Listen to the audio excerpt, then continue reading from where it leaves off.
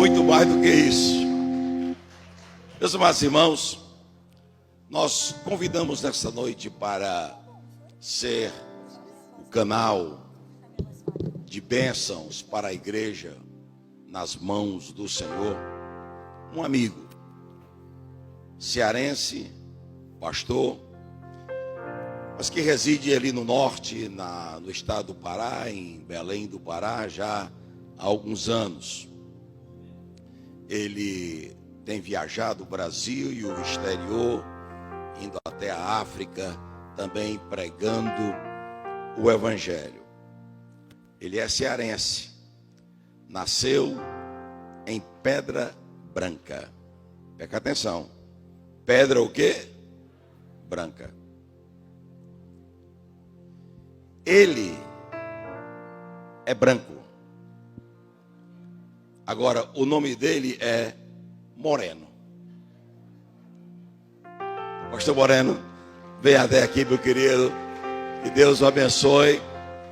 Nós nos sentimos muito honrados em ter esse servo de Deus, amigo, que sempre que está aqui no Ceará, visitando as igrejas, pregando o Evangelho, ele não se esquece da Assembleia de Deus Bela Vista. É um prazer, pastor, muito grande. Vamos ficar de pé, fazermos uma oração ao nosso Deus, querido Deus e Pai, em nome do teu Filho amado, Jesus Cristo. Nós, nesta noite, até aqui nós temos te adorado, louvado o teu nome, temos conversado contigo através das nossas orações, Senhor. E agora é hora de nós ouvirmos a tua voz. Fala, Senhor, a cada um de nós. Usa o teu servo como tu sempre tens usado, Senhor, como um vaso de bênçãos nas tuas mãos. Em nome de Jesus é que nós oramos e o povo de Deus diz amém.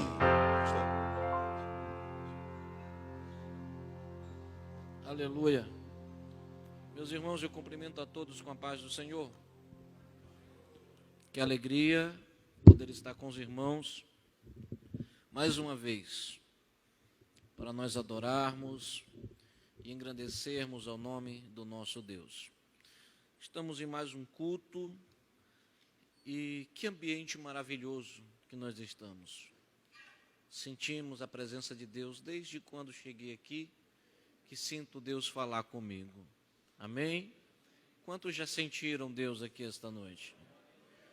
Quero louvar a Deus pela vida do pastor Teixeira, um apóstolo que Deus tem levantado aqui nesse estado, nessa nação brasileira, para fazer uma grande obra aqui neste lugar. Louvar a Deus pela vida de todos os irmãos, pastor Frota, todos os pastores e todos os irmãos que sempre nos recebem com muito carinho.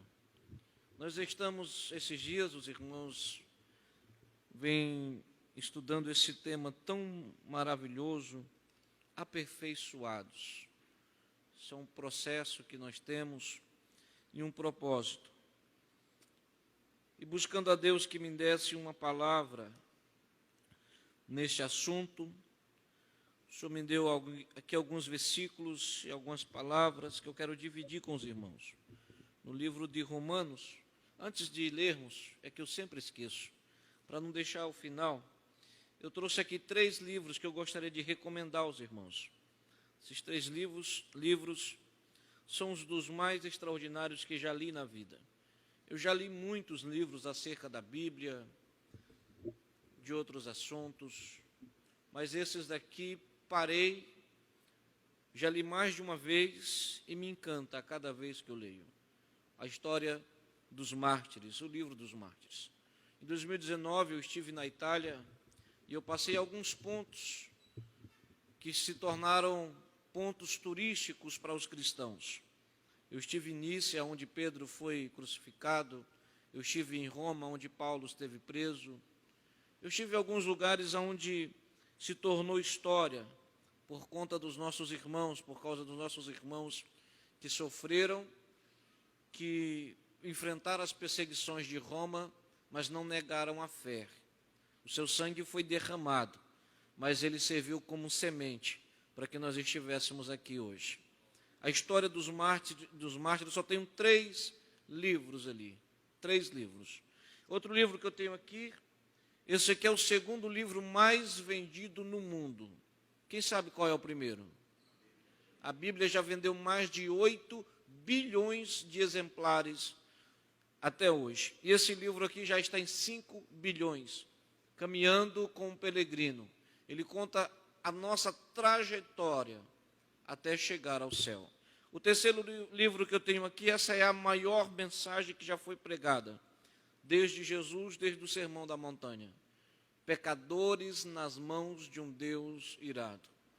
Quando o pastor estava pregando esta mensagem, ele pregava muito calmo, muito tranquilo, mas a história diz que os irmãos se seguravam nos bancos e começavam a gritar, acreditando ser o juízo final, por tão poderosa que é esta mensagem. Pecadores nas mãos de um Deus irado. Eu só tenho ali uns 5 livros de cada. Eu tenho ali uma Bíblia ilustrada para criança. Se você quiser levar para o seu filho, vai ser um presente que a Bíblia diz, ensina o teu filho o caminho que ele deve andar. Amém? No livro de Romanos, no capítulo 8, nós vamos ler alguns versículos e depois eu vou pedir que você venha lá para Êxodo, para nós complementarmos a mensagem. Versículo 29 e o versículo 30, o que nós vamos ler aqui em Romanos. Quantos têm, diga amém. Pois os que dantes conheceu, também os predestinou para serem conforme a imagem de seu Filho, a fim de que ele seja primogênito entre muitos irmãos. E aos que predestinou, a estes também chamou. E aos que chamou, a estes também justificou. E aos que justificou, a estes também glorificou.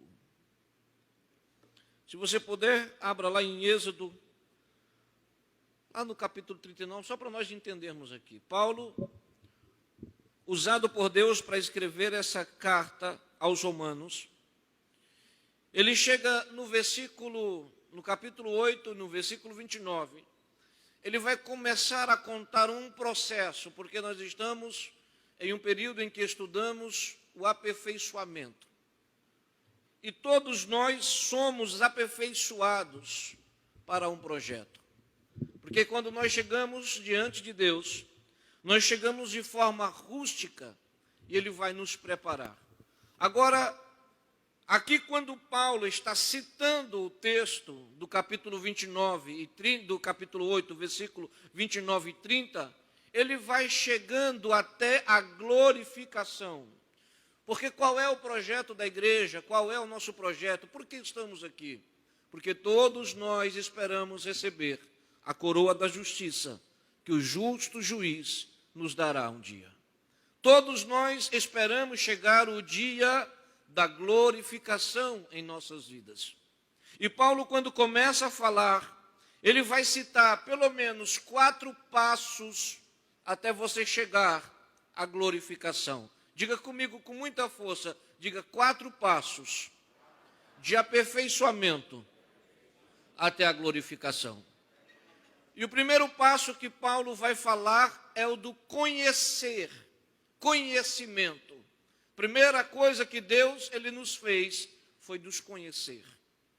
Ele olhou para nós, Ele nos conheceu, como disse Davi, Senhor, ainda quando eu estava no ventre da minha mãe, em formação, o Senhor me conheceu. Quando você estava se formando, Ele já te conheceu. E depois que Ele nos conheceu, Ele nos predestina. Predestinar fala de antes do destino, Ele te preparou para o seu destino. Diga comigo, eu sou preparado para o meu destino. Depois Ele te chama, porque quando Deus traça para você um futuro, um projeto, e você entende e obedece a sua palavra, vem um chamado dele para a sua vida. E depois que Ele te chama, Ele te justifica. E depois, quando vem a justificação, vem a glorificação de Deus.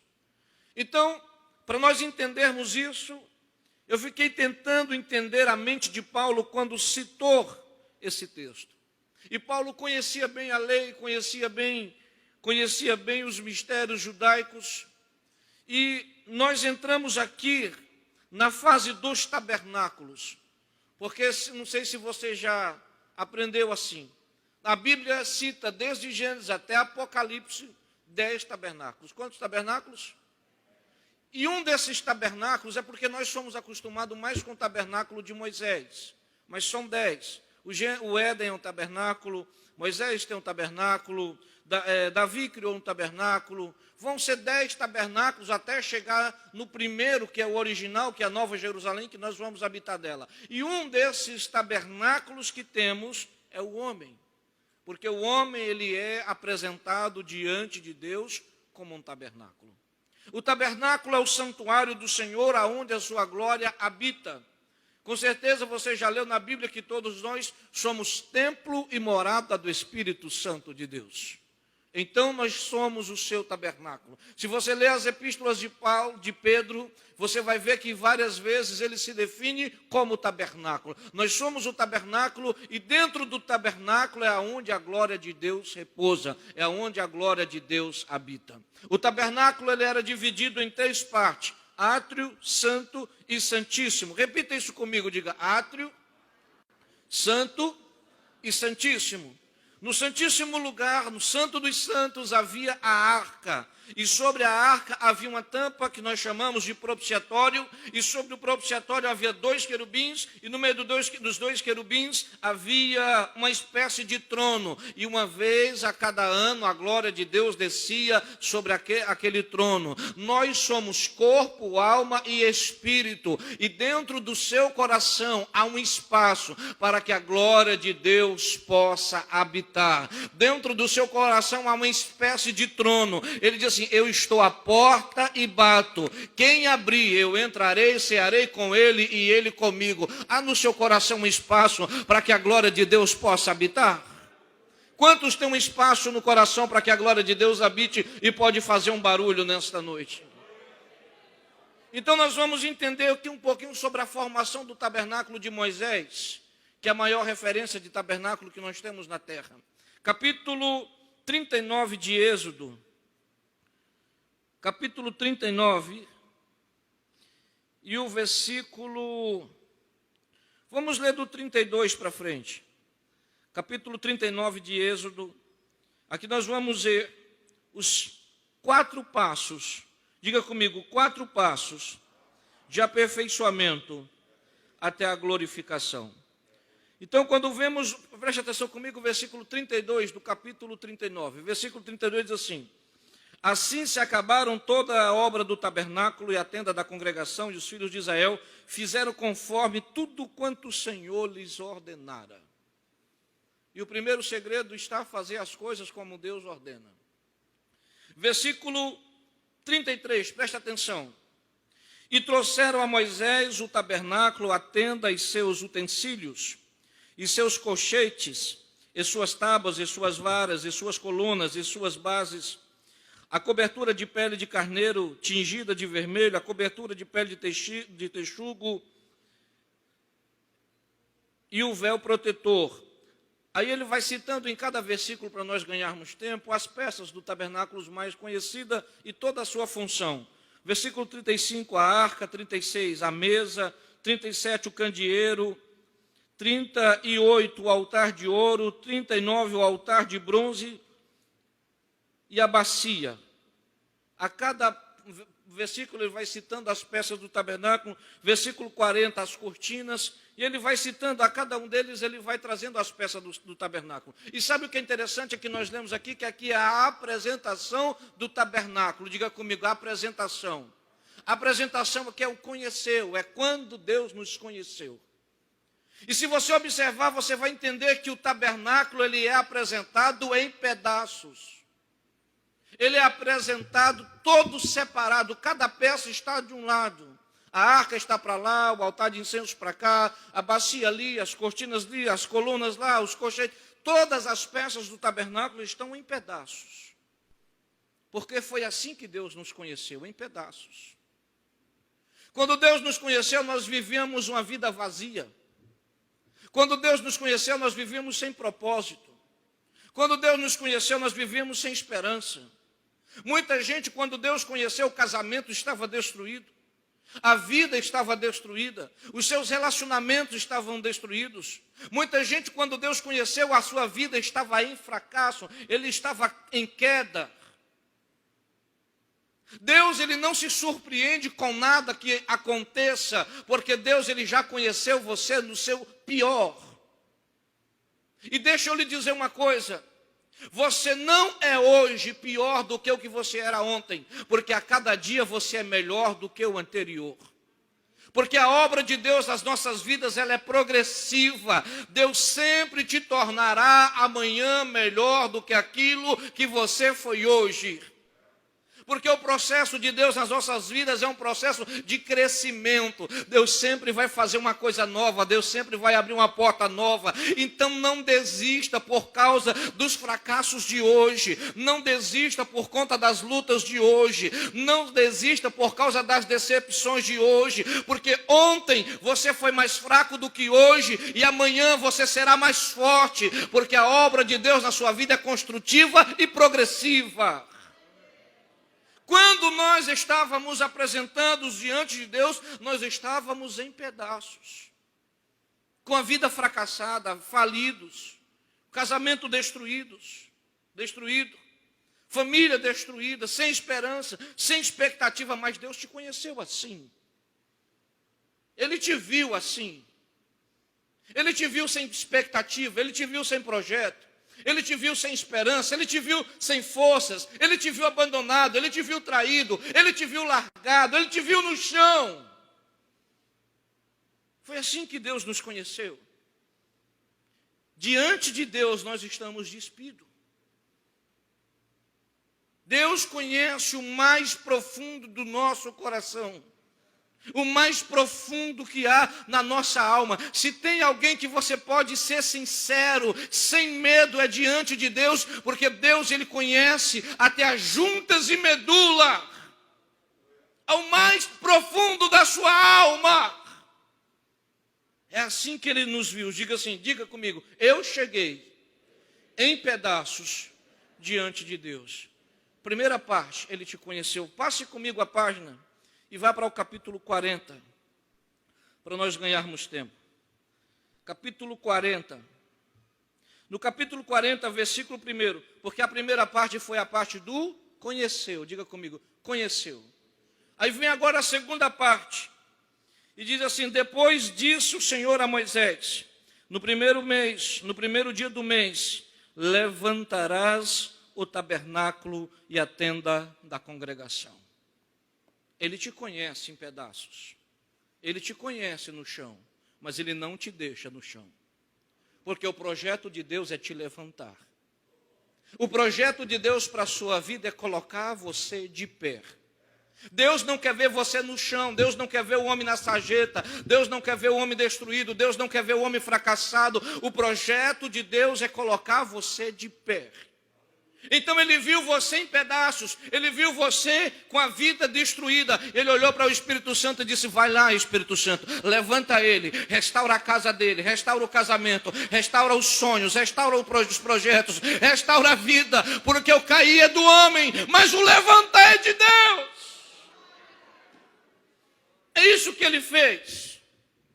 Ele pegou e levantou, colocou de pé. Deus jamais vai querer ver o homem no chão. Escute, o homem foi feito como a coroação de toda a criação de Deus. Depois de Deus criar os mundos, depois de Deus criar o universo, depois de Deus criar o cosmos, depois dele criar os planetas, depois dele criar as galáxias, ele veio aqui, colocou as mãos no barro e fabricou você do pó da terra. É complexo, é cheio de crises existenciais, é cheio de problema, é cheio de luta, tem a mente limitada, mas Deus projetou você como a coroação de toda a sua criação. É por isso que você está nesse processo de aperfeiçoamento, porque Deus te fez para que um dia você habite no mesmo nível espiritual que Ele é, para que você participe da glória que Ele tem. Deus nunca vai deixar o homem no chão. Escute o que eu vou lhe dizer. Deus não vai deixar você no chão por muito tempo. Eu não sei como é que está a sua vida hoje, eu não sei como é que está o seu casamento. Eu não sei como é que está a sua família, mas eu posso afirmar, porque eu já li a Bíblia mais de 40 vezes, eu posso afirmar para você, não desista, porque Deus não vai deixar você nessa situação, Deus não vai deixar você no chão. Davi disse, ainda que eu tropece 7 vezes e caia, 7 vezes o Senhor me levantará e me colocará de pé. Deus tem para você extraordinárias e grandes.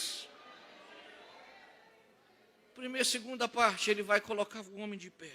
Continue lendo comigo o texto, presta atenção. Continue lendo o texto comigo. Versículo 3. E porás nele a arca do testemunho e cobrirá a arca com véu. E depois colocará a mesa. Preste atenção aqui comigo que já nós continuamos. Ele está mandando Moisés preparar o tabernáculo. Agora, se nós lemos o tabernáculo de Moisés, nós vamos ver que ele é, diga comigo, átrio, santo e santíssimo. É assim que o homem entra na presença de Deus. Ele primeiro passa no átrio, depois ele vai no santo e até o santíssimo lugar. E se você observar, você vai ver que as peças do tabernáculo, que são 7, nós conhecemos 6, mas são 7, porque são 2 altares de sacrifício, tem um altar fora, que é para queimar as fissuras. Então, a primeira peça do tabernáculo que você vai encontrar é o altar de sacrifício. Porque na presença de Deus, para entrarmos, precisamos de sacrifício. Para entrarmos e participarmos da glória de Deus, nós precisamos de sacrifício. Para mudar de vida, nós precisamos de sacrifício, precisamos abrir mão de algumas coisas. Escute, todo mundo que já chegou para mim com uma crise existencial, ele tem a resposta. Pastor, meu casamento está fracassando, eu não sei o que fazer. Mas quando você começa a conversar com ele, ele sabe o que fazer. Pastor, minha vida está fracassando, eu não sei o que fazer. Mas quando você conversa com ele, ele sabe o que fazer. O problema é que ele sabe que o que ele precisa fazer vai exigir dele algumas atitudes. E aí está o problema. Porque às vezes precisamos abrir mão de algumas coisas. Às vezes precisamos perdoar. Às vezes precisamos pedir perdão. Sabemos o que temos que fazer, porque às vezes é difícil. Aqui, a primeira coisa que tem é o altar de sacrifício. Diga comigo, sacrifício. Depois do altar de sacrifício, a bacia. Depois da bacia, ele entra no santo. E no santo, ele tem a mesa, o candeeiro e o altar de incenso. Depois ele fecha o segundo véu e tem o santo do santo. E no santo do santo, ele tem a arca. Então é altar de sacrifício, bacia, mesa, candeeiro, altar de incenso e arca. Só que quando você vê Deus montando o tabernáculo, ele vem para Moisés assim, Moisés, coloca a arca primeiro. Deus ele não começa pelo altar de sacrifício, Deus ele começa pela arca. Diga com muita força, diga assim, por quê? Porque Deus, ele trabalha no homem de dentro para fora. O homem, ele trabalha de fora para dentro, porque o homem trabalha pela aparência. O homem precisa trabalhar na aparência, ele trabalha de fora. Ele trabalha no superficial.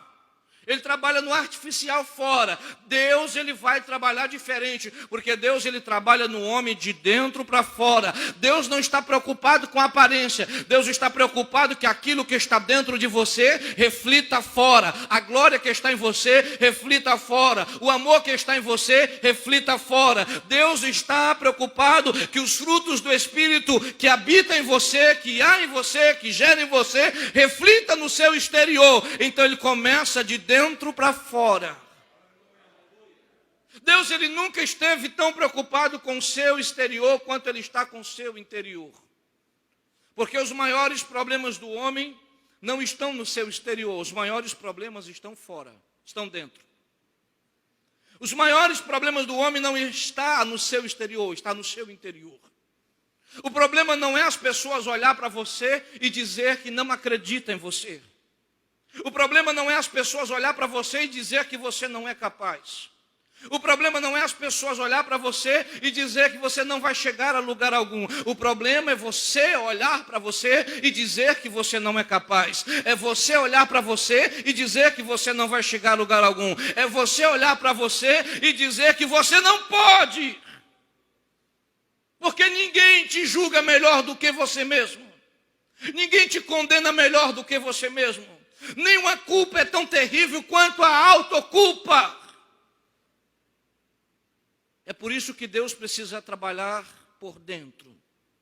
Porque Ele precisa trabalhar na sua alma. Porque as suas maiores batalhas não são travadas no seu interior, são no seu exterior, são no seu interior. As maiores lutas que você enfrenta não é fora, é dentro. Os maiores inimigos que você enfrenta não estão lá fora, estão dentro de você. E você precisa vencê-los. Deus te trouxe aqui nesta noite para você vencê-los. Porque se você for capaz de vencer as lutas que estão dentro de você, se você for capaz de vencer os inimigos dentro de você, não existe nada lá fora que possa te parar. Não existe nada lá fora que possa te deter. Não existe nada lá fora que possa te impedir. Quando dentro você já venceu. Um dia trouxeram um paralítico até Jesus. Porque nós somos preocupados com o exterior. Trouxeram um paralítico até Jesus, 4 amigos. Ouviram falar dos milagres que Jesus fazia. Ouviram falar de toda a obra, de como ele abria os olhos dos cegos, de como ele curava os coxos, de como ele levantava os paralíticos. E ouviram que Jesus estava na cidade. Então eles pegaram o seu amigo, colocaram numa maca e foram levar até Jesus. Porque eles acreditavam que quando chegasse até Jesus, Jesus estenderia as mãos sobre o paralítico, ele daria um salto e seria curado. Eles pegaram o amigo, colocaram na maca, vão levando. Quando eles chegam, a casa está lotada. As portas estão cheias, não tem por onde eles passar, mas eles estão determinados. A Bíblia diz que a fé que eles têm é grande. Então eles sobem no telhado da casa, abrem um buraco, desce um paralítico, chama a atenção de todo mundo que está na casa. Jesus, ele chama a atenção do próprio Jesus, porque a Bíblia diz lá no livro de Marcos, capítulo 2, que Jesus olhou para eles e viu a fé. Jesus olhando a fé deles, a multidão olhando para eles, o paralítico diante de Jesus. Quando Jesus vê a fé deles, eles acreditam, é agora. Jesus vai estender a mão, ele vai sair pulando, um negócio extraordinário vai acontecer. Mas Jesus olha para ele e diz: filho, os teus pecados estão perdoados. Eles ficam olhando atônitos e dizendo: que negócio é esse de perdoar pecado, Jesus? Nós não viemos aqui atrás de perdão de pecado. Nós viemos aqui atrás de cura. Nós queríamos um espetáculo, Jesus. Nós queríamos que o Senhor estendesse as mãos e ele saísse pulando agora dessa cama. E Jesus olha para eles e pergunta: o que é mais fácil? Eu dizer ao paralítico: levanta e anda, ou perdoados estão os teus pecados? Jesus fazer um milagre na sua vida é muito simples. Você receber cura física nesta noite é muito simples. Só basta você crer. Tudo é possível àquele que crê. A dificuldade é Ele trabalhar na sua alma, porque você precisa deixar. A dificuldade é você deixar Ele lá no mais profundo do seu ser e arrancar essa mágoa, e arrancar essa angústia, e arrancar esse rancor, e arrancar esse medo, e arrancar essa depressão. Curar o seu exterior é simples, mas se Ele não curar o seu exterior vai viver doente. A maior cura que pode acontecer dentro de um homem é no seu interior. Eu conheci um irmão aqui em Pedra Branca, irmão Raimundo. Ele teve um problema e ficou tetraplégico. Só mexia o rosto.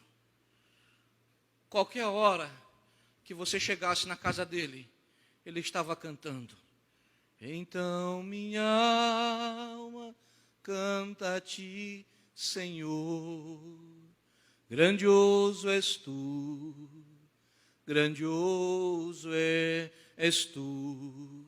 Está lá em cima da cadeira.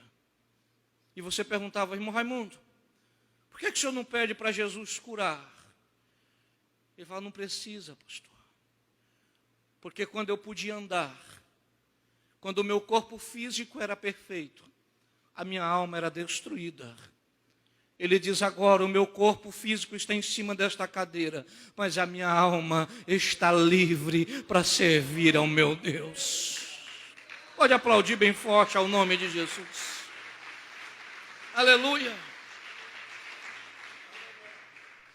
O maior projeto de Deus é curar a sua alma. É arrancar esse ódio de que há dentro de muita gente. Porque tem gente, irmão, que ele é engraçado. Lá no Pará tem muito disso. Na minha igreja, só o sangue de Jesus. Eu sei que aqui não tem, é só lá. Tem gente que tem orgulho de dizer que não perdoa. Ele tem orgulho. Chegou um irmão para mim outro dia e falou assim, pastor, tem 20 anos que eu estou na igreja. Sou dizimista fiel, sou ofertante. Sempre que o pastor precisa de mim, eu estou pronto. Só tem um negócio, pastor. Eu não perdoo. Eu fiquei, que negócio, irmão? Se o perdão é o princípio de tudo. Porque a Bíblia diz que se você não perdoar, você não poderá ser perdoado. Diz lá em Marcos que se você não perdoar, você vai orar e a sua oração não será respondida. E tem gente que fica segurando o rancor. Querendo ter razão, sabe um negócio que tem acabado com muito crente? Razão. Porque tem gente que se acha no direito de odiar. Ah, pastor, mas é o que o senhor não sabe o que fizeram comigo. É que o senhor não sabe quanto me ofenderam. O senhor não sabe a mágoa que eu senti, pastor. Não, eu não sei. Mas eu sei que há um Deus nos céus que é capaz de curar todas as feridas que tem na sua alma. Um dia Jó chegou diante de Deus cheio de razão. Irmão, se você ler o capítulo 9 de Jó, você fica abismado com tudo que ele fala para Deus. Chega um momento que Jó está tão irado, ele derrama todo o seu sentimento, ele acha que tem razão, ele acha que ele tem motivo para arrotar diante de Deus todos os seus sentimentos. E ele chega a dizer, Deus, sabe por que o Senhor faz isso comigo? Porque o Senhor não é homem. Lê o capítulo 9 de Jó. Deus, o Senhor está fazendo isso comigo porque o Senhor não é afligido pela morte como eu sou. Ele chega a dizer, eu queria que o Senhor descesse aqui, se fizesse carne, fosse homem e passasse pelo que eu passei. Só para abrir um parênteses aqui, ele veio. Ele se fez carne. Ele soube o que era ser traído.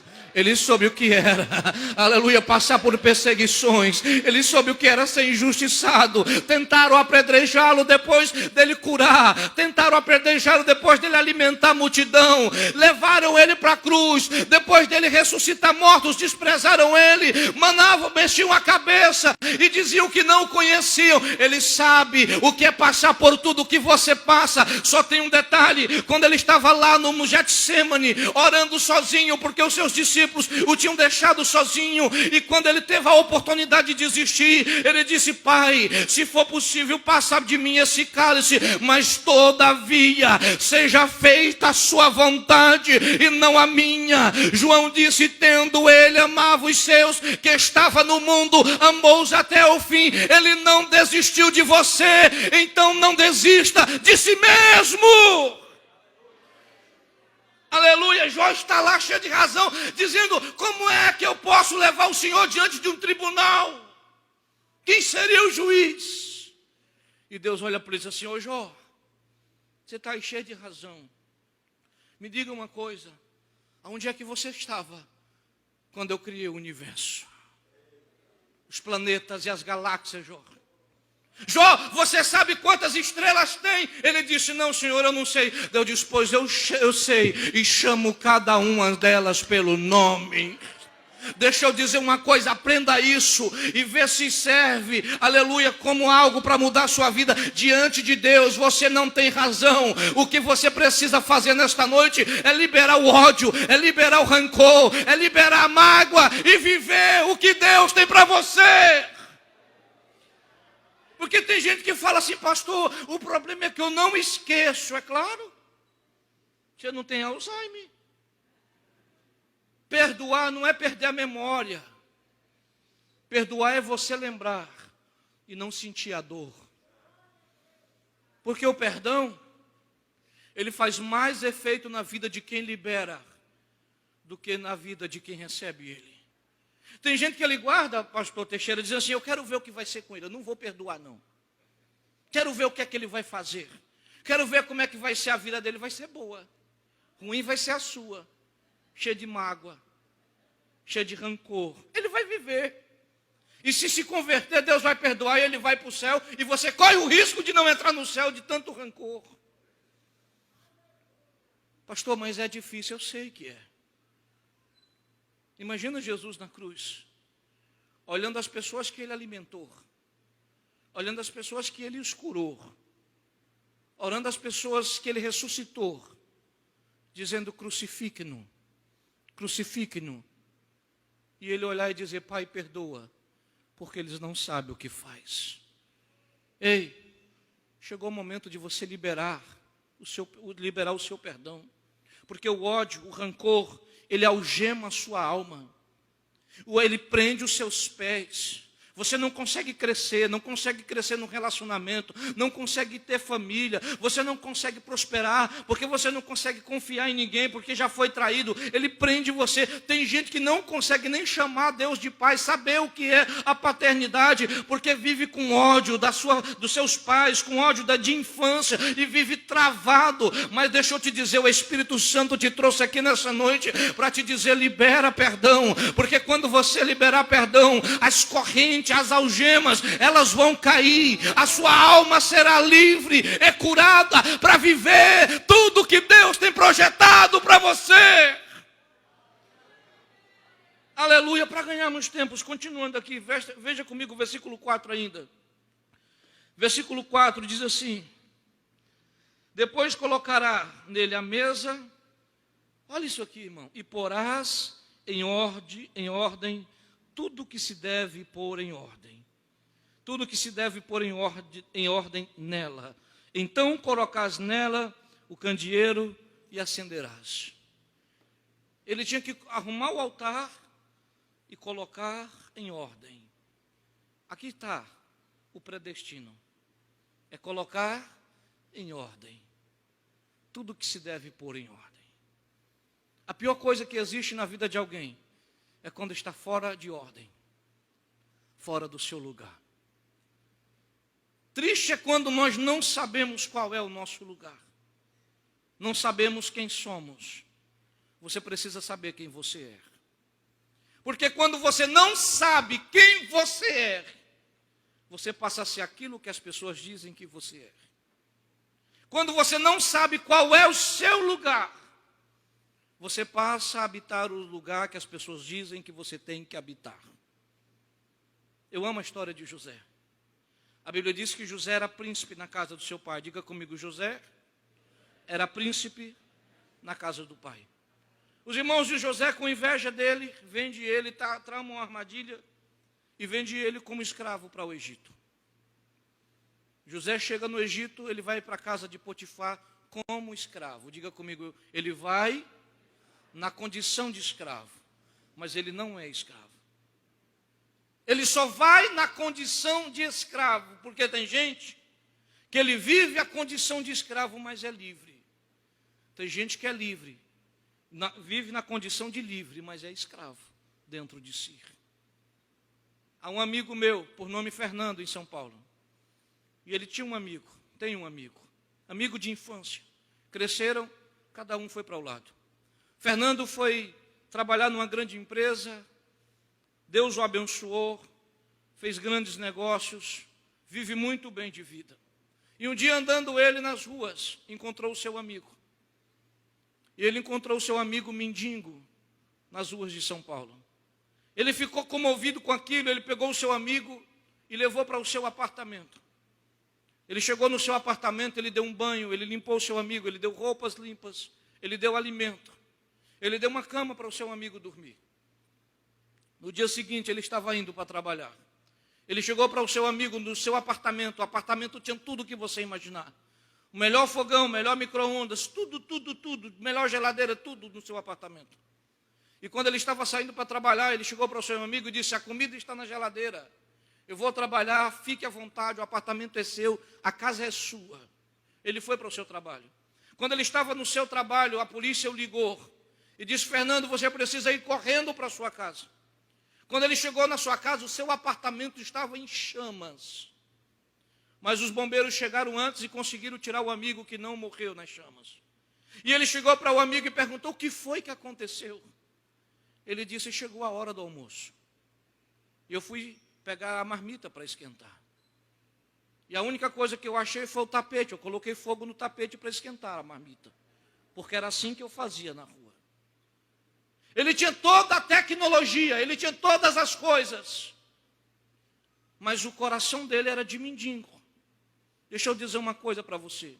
Deus vai arrancar de dentro de você hoje esse coração de coisas pequenas, de coisas miúdas, de migalhas. Porque tem gente que ele gosta de viver de migalhas. Ele gosta de viver de pouquinho. Mas Deus tem coisas grandes para você. Há uma história que sempre me encanta, a história da mulher cananeia. Já estou quase encerrando. Da mulher cananeia. A mulher cananeia, Jesus ia andando com seus discípulos e ela começou a gritar porque a sua filha estava doente. Até que os discípulos se incomodam e falam para Jesus dispensar ela. Jesus olha para ela e diz: não é lícito tirar da boca dos filhos e dar aos cachorrinhos. Isso é bonito. Porque ela olha para Jesus e diz assim: mais os cachorrinhos. Mas quem? Quem? Come das migalhas que caem da mesa dos seus senhores. Essa história é bonita, sim ou não? Só que ela não combina com você. Porque você não é cachorrinho. Você é filho. Filho não come migalha. Filho come na mesa. Se você me permitir, eu quero profetizar sobre a sua vida nesta noite. Se puder, levante a sua mão em nome de Jesus. Porque está escrito lá em Gálatas: vindo à plenitude dos tempos, Deus enviou o seu Filho, nascido de mulher, nascido sob a lei, para remir os que estão debaixo da lei. E agora, aleluia.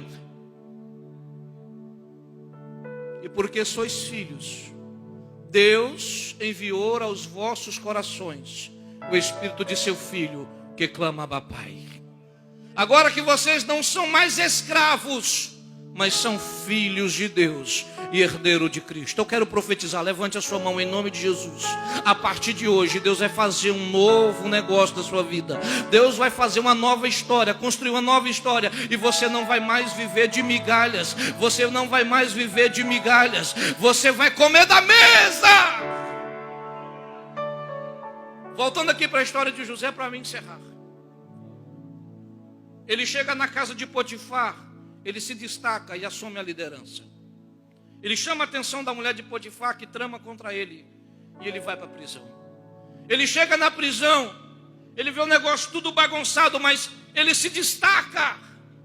De tal forma que o carcereiro pega a chave da prisão e entrega na mão de José. Aonde José chegava, ele se destacava. Diga por quê. Diga com força, por quê? Porque ele era príncipe. Na casa do seu pai ele era príncipe. Na casa de Potifar ele também era príncipe. Lá na prisão ele também era príncipe. E ele chega até o palácio porque ele é príncipe. Porque a condição de José não muda quem ele é. Eu vou repetir isso aqui para ver se você dá um glória. A sua condição não muda quem você é. Eu não sei o que é que você está passando hoje, qual é a luta, qual é a dificuldade, mas eu sei quem você é. Você é filho de Deus e herdeiro de Cristo. A sua condição não muda quem você é. Último versículo e nós vamos encerrar. Diga comigo: ele me conheceu.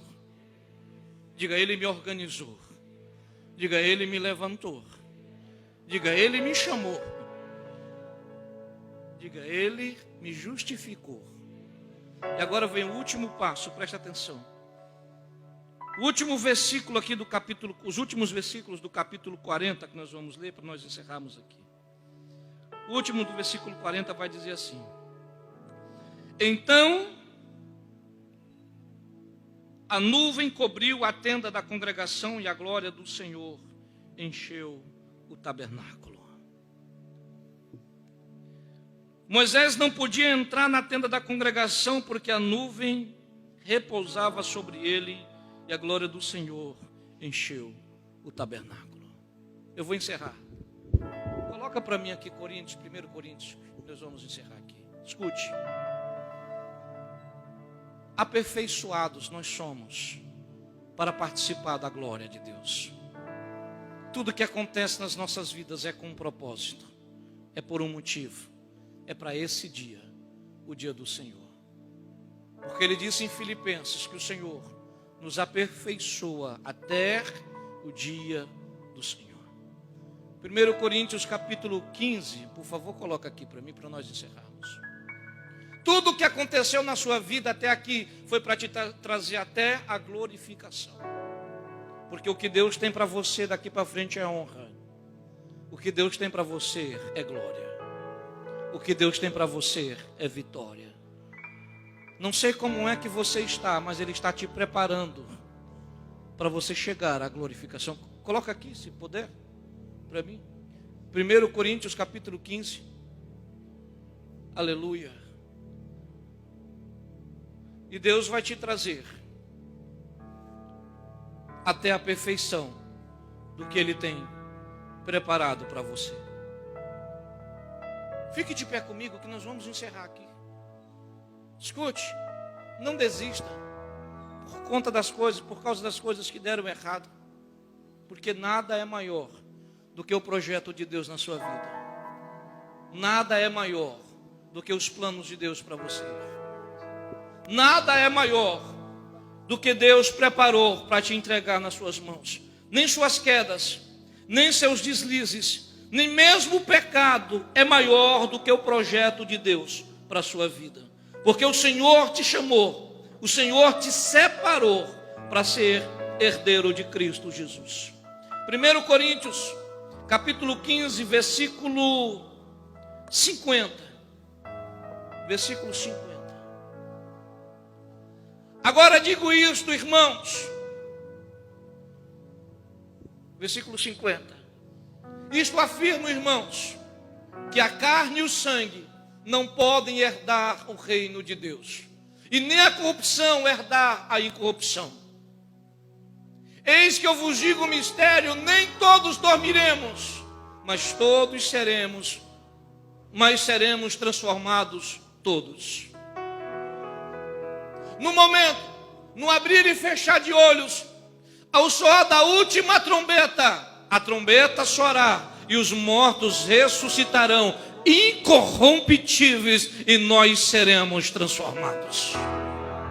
Porque é necessário que este corpo corruptível se revista da incorruptibilidade e o corpo mortal se revista da imortalidade. E quando este corpo corruptível se revestir da incorruptibilidade e o que é mortal se revestir da imortalidade, então se cumprirá a palavra que está escrito: tragada foi a morte pela vitória. Onde está a morte, a tua vitória? Onde está o inferno, a tua vitória? Onde está a morte, o teu aguilhão? Tudo que acontece na sua vida é para esse dia. Deixa eu orar por você e eu vou entregar o microfone ao pastor. Feche os seus olhos. Escute, Ele te conheceu, Ele te organizou, Ele te chamou, Ele te justificou. Está chegando o momento da glorificação de Deus na sua vida. Você está disposto a perdoar nesta noite? Está disposto a abrir o seu coração para Ele?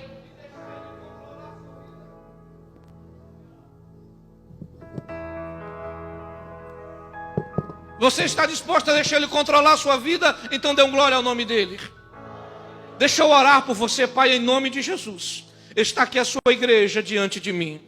Senhor, em momentos atrás nós chegamos na sua presença em pedaços. E eu sei que muita coisa já mudou aqui, porque o Senhor tem colocado as nossas vidas no lugar. O Senhor tem restaurado, o Senhor tem dado, o Senhor tem aberto portas. Então eu quero te pedir nesta noite, Senhor, não deixa nenhum dos que estão aqui nesta noite, nenhum dos que estão me ouvindo pela internet no chão. Levanta eles, Senhor, não deixa eles prostrados, envergonhados, Senhor. Levanta, restaura a sua casa, restaura o seu casamento, restaura a sua família, restaura os seus sonhos. Pai, em nome de Jesus, justifica nesta nesta noite, pelo sangue do seu Filho, Senhor, até que venha o momento da glorificação. Nós como igreja, Senhor, estamos aguardando esse dia, o dia em que a trombeta vai soar e nós seremos transformados e estaremos contigo na glória e recebemos a nossa coroa. Só quem espera esse dia, levante a mão, dê a maior glória que você puder, e se puder, aplauda bem forte ao nome de Jesus. Sinto o olhar, Senhor, pra dentro de mim, nada encosta.